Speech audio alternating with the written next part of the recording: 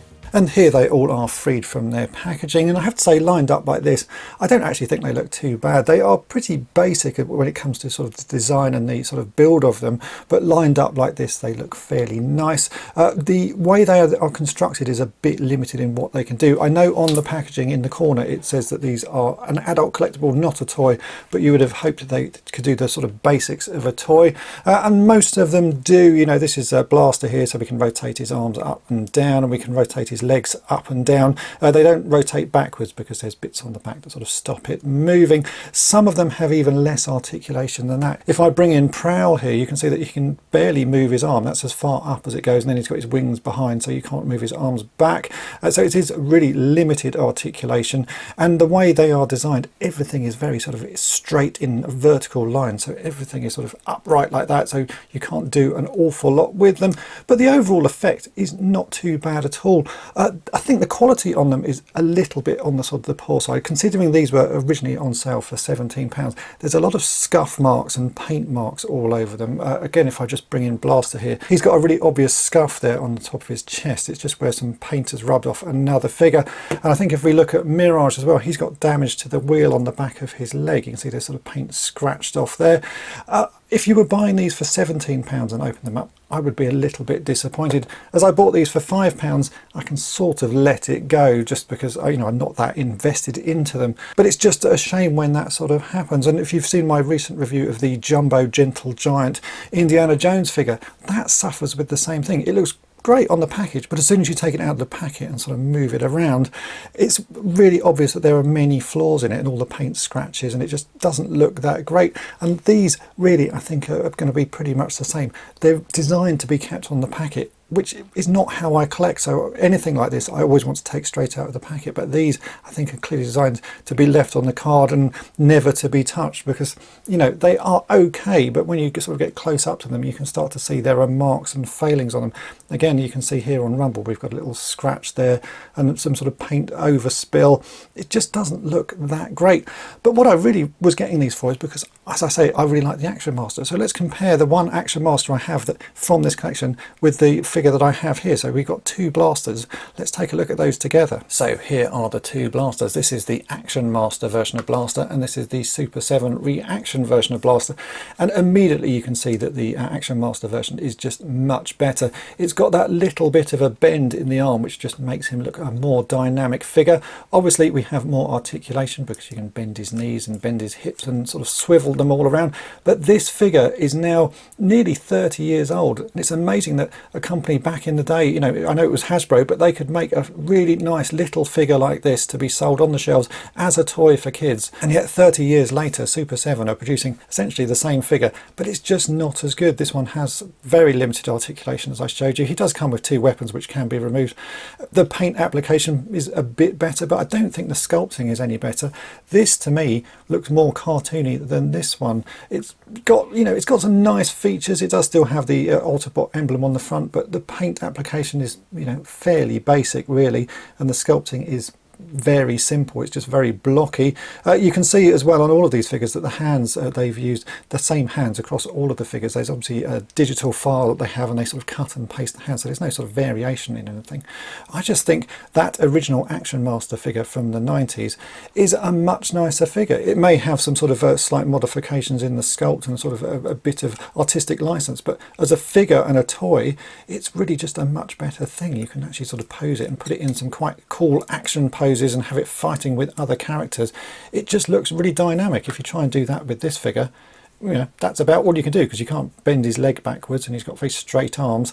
I just think that one wins out every time. So these aren't too bad, I have to say, but I think the old one is far better. So I guess the question for me is, would I actually buy any more of these Super 7 ReAction figures? And I have to say, having opened all of these, probably not. They're okay. They're certainly, I'm not going to get rid of them. I will put them with the rest of my collection. But I just don't think they are interesting enough for me. I would rather track down some more of the original sort of Action Master figures and add those to my collection. And in fact, actual fact, you can get sort of these vintage Action Master figures loose for about £10. I would rather spend £10 on this than buying one of these for, you know, anywhere from £5 to £17. I think the vintage original ones just have a lot more charm to them. These are okay. Certainly they look a whole lot better on the cards than they do loose, and it maybe that's why people like collecting the Super 7 figures, that carded they do look quite nice and they make for quite a nice display. But I am not a carded collector. I like the figures to be loose so that I can sort of mess about and play with them and pose them up, and these don't really do that. You can very sort of basically pose them, but not enough to make sort of interesting shots or anything with them. They're always going to look a bit rigid and a bit chunky. So as far as buying more of them goes, I just don't think that's something I'm going to be doing. I always keep an eye on what Super 7 are doing and sort of have a look at the figures they are producing, and on the whole they're just not for me. I can understand why people like them, but it's not something I am going to add to my collection. I'll stick with the vintage ones. It's just what I prefer, and I think you get better value for money. But that shouldn't stop you buying these. If you like these sort of figures, go out and get them. As I say, on card they do look pretty nice, and I do really like the card artwork that they come on. It's just not something that I'm interested in collecting carded toys. I like them loose so I can actually sort of play with them and enjoy them.